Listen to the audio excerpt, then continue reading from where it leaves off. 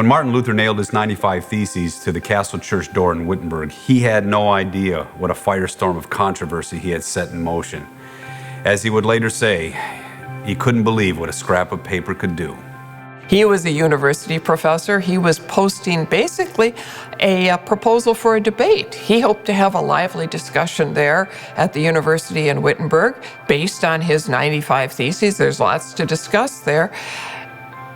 But what happened is that someone translated them into German, and they got printed. And pretty soon they were circulating around Germany within a matter of weeks, and then shortly around Europe.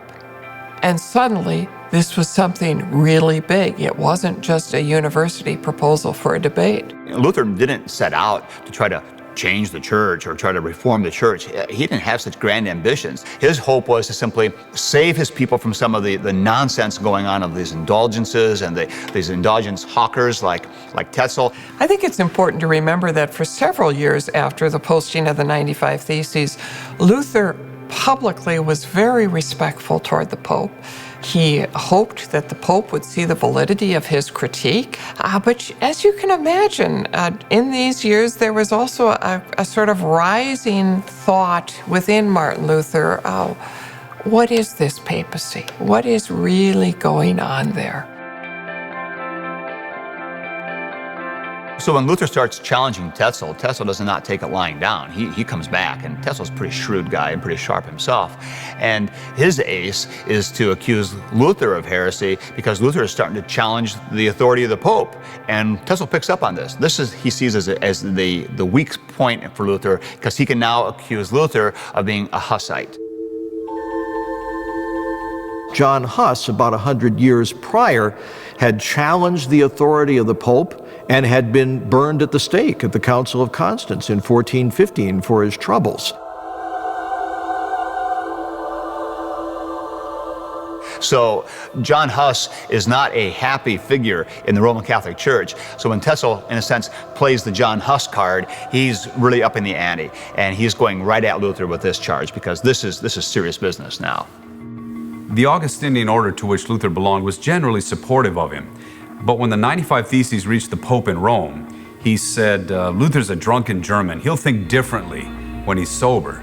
So Pope Leo appointed a new general of the Augustinian order in hopes to, as he said, smother the fire before it becomes a conflagration.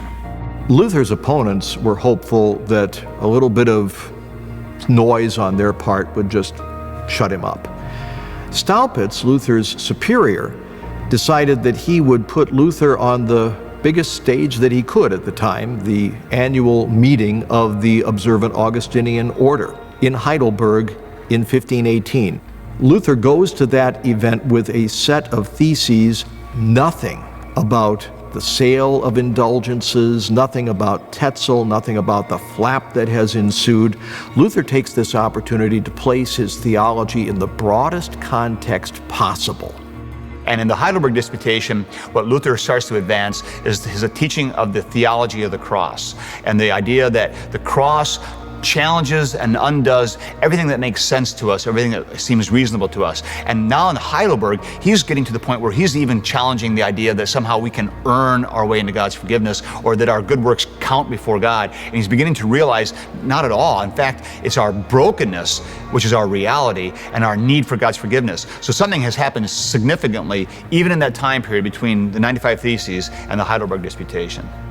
He is rejecting all kinds of triumphalism. He's rejecting works righteousness. He specifically rejects the formula of do what is in you. It's becoming more and more apparent that Luther is going to challenge the church's practices and he's going to challenge the way things are done. And it's not going to be a matter of tweaking a few things, but it's going to really demand an overturning of all kinds of junk that had found its way into the church. And in a sense, Luther starts pulling on one thing and realizing everything's coming with it. And it's going to be bigger than he ever anticipated, but that's what's starting to come clear to him. And that's why the Heidelberg Disputation and Theses of 1518 are, if anything, much more significant than the 95 Theses of 1517. Pope Leo X appointed a Dominican scholar named Prierius to head up a commission to respond to Luther. Now, the Dominicans and the Augustinians had a rivalry of sorts, and because of that, Luther and Prierius exchanged some testy letters. But Prierius had no idea what he was getting into. I mean, Luther was a skillful writer and he had a wicked sense of humor. In fact, he finally advised Prierius not to make himself look any more ridiculous by continuing to write. Prierius isn't just anybody. Prierius is a high official in Rome. And that means this is getting more and more serious. The Pope was completely intolerant at this point of Luther's teaching, was not willing to be patient, demanded of Frederick the Wise, the elector, and the one who was responsible for the University of Wittenberg, that he deliver up Luther, this child of the devil. Frederick the Wise wanted to see a fair hearing for Luther, and that could happen only on German soil. And so the Holy See sent Cardinal Cajetan to Augsburg to interview Luther and to try to dissuade him from his pernicious heresy. The hearing before Cardinal Cajetan was really not much of a dispute of any kind, because Cajetan simply drew the line, Martin Luther, you must immediately concede on all these points, and Luther would simply not recant. And so there was a stalemate, and so then Luther was left in an indeterminate state in Augsburg. After midnight one evening, Luther rode off on horseback to get back to the safety of electoral Saxony. Incidentally, he arrived back in Wittenberg on the first anniversary of his posting the 95 Theses. This would now be October 31st, 1518.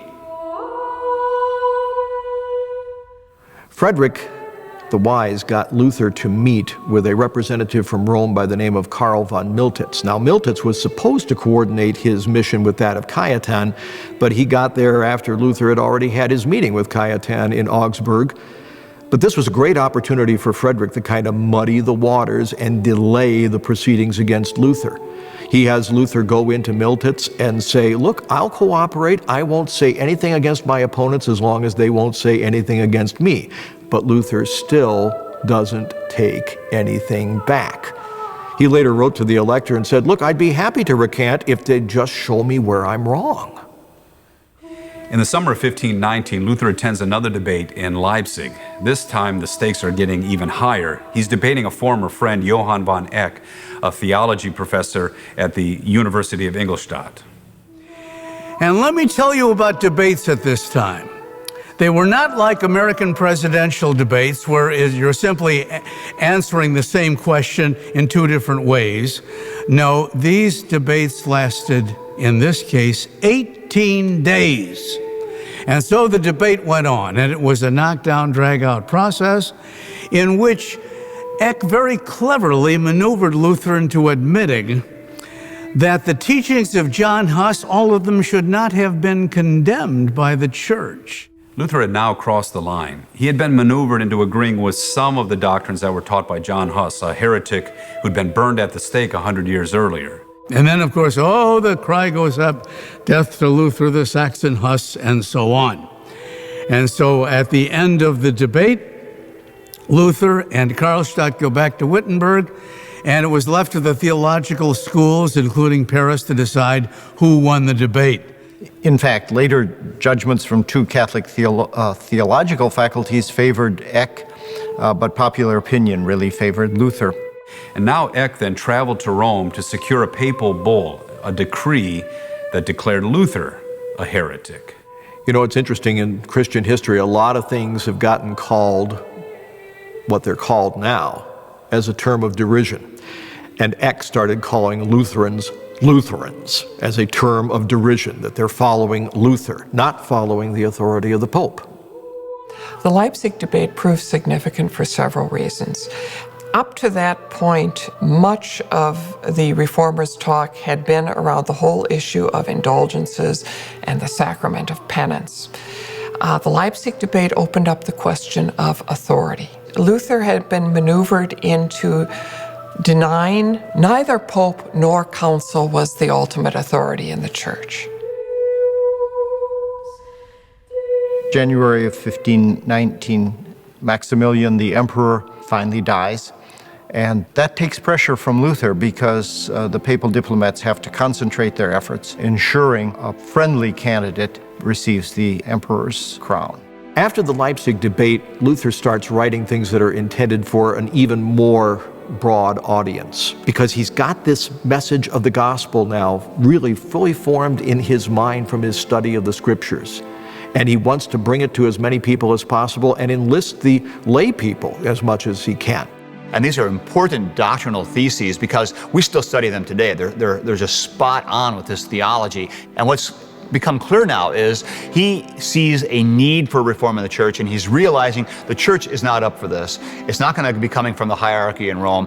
So he writes a treatise on good works, among other things to show that despite his detractors, he's not against good works. He writes a treatise to the Christian nobility of the German nation. He actually calls on the Christian nobility and asks the princes to intervene for the sake of the church. He says, all right, if the Pope won't do it, you princes, you do it.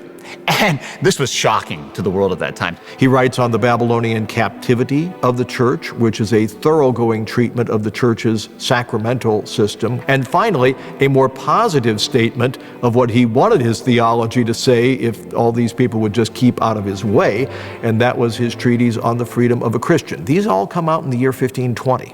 While Luther is writing these, Eck and others in Rome were writing the document that the Pope would send to Germany. It was called a bull because attached to the document was the papal seal. In Latin, the word for seal is bulla, and therefore it was called a bull. Eck returns to Germany with papal bull in hand. Exsurge Domini gave Luther a 60-day notice that he would be excommunicated if he did not return to the Roman obedience. The Pope issued the bull on June 15, 1520, but Luther didn't receive it until October. Then 60 days later, on December 10, 1520, Luther gathered with a large crowd of students and they publicly burned the bull, along with the canon law of the Catholic Church.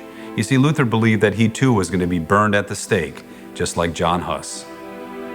Charles V, who was only 20 years old when he became the emperor of the Holy Roman Empire, he had a lot of issues to deal with. The most pressing was the possible invasion of the Turks from the east. And so he needed the Germans and their armies. And while he had a lot of political issues with them, he also had to deal with this monk named Luther. So he wanted to gather together the electors and the princes of the Holy Roman Empire of the German nations. And he decided to do it with a diet or an assembly. And he wanted to gather this assembly in 1521 at the city of Worms. Before the diet, because Luther burned the bull, the Pope had him excommunicated.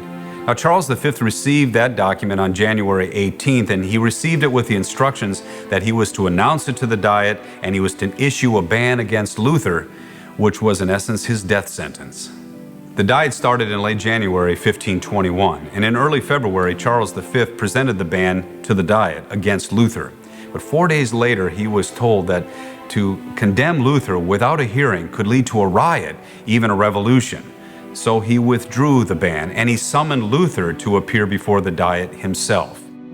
When Luther is summoned to the Diet of Worms, his prince, Elector Frederick, is immediately concerned about Luther's safety. And it was questionable whether Luther was going to make it to and from Worms in one piece. So Elector Frederick goes to the new Holy Roman Emperor, Charles V, and after all, as one of the electors of the empire, he had been one of the people who put Charles into that position. So he's in the position to ask, as it were, for a favor. And he secures a safe conduct for Luther to and from the Diet of Worms. When Luther arrived in Worms on April 16th, he found massive crowds hailing him. He was extremely popular at that time because by now he's famous throughout Germany. He had stopped the flow of good German Gulden going over the Alps to feed Rome. And so he was a hero among many Roman Catholics as well. And so he was greeted as a conquering hero, the German Hercules who had arrived. And it's probably one of the most dramatic scenes that we find in all of the history of the second millennium AD. I know of no scene that's more dramatic than this one. We have not only the secular powers represented by His Imperial Majesty Charles V and all the princes, both Catholic and Lutheran in Germany, but also all the church people and their representatives as well. It was a banner occasion. Nevertheless, Luther's case was shoved off to 4 p.m. the next day because that was unimportant, they felt, compared to the great business of the Holy Roman Empire. Little did they know. At 4 o'clock, Luther was brought in before this august assembly, and indeed the interlocutor at the time was named John Eck, of all things. It's a different John Eck, as a matter of fact, who acted as the prosecutor. And he pointed to a table full of books and writings, and he says, "Dr. Luther, are these yours?" And Luther quickly looked through them and said, "I think so." But then the interlocutor said, "Will you now, before God in this august assembly, deny everything you've written?" And Luther says, "I want to give a good answer. Could I have some more time to think about it?" "More time to think about it? You've had all this time. But all right, you can have 24 more hours." So the next day he shows up again. And indeed, the same dialogue takes place. Are these his books? Yes, they are. Is he going to recant these writings, take them back?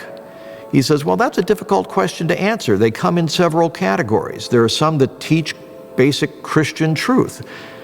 And even my opponents, in many cases, have lauded those. In some cases, I have attacked error. And if I were to take those back, I would be complicit in misleading people and tyranny. I'm not going to do that. And there are some where I have attacked individuals, and maybe I've gone too far in attacking certain individuals, and for that I'm sorry. But he's still not taking anything back. And finally, his inquisitor says, you still haven't answered the question. Are you going to take this stuff back?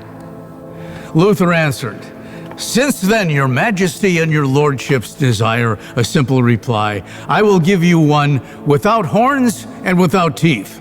Well, we've lost that idiom. It means I'm going to give you a straight answer.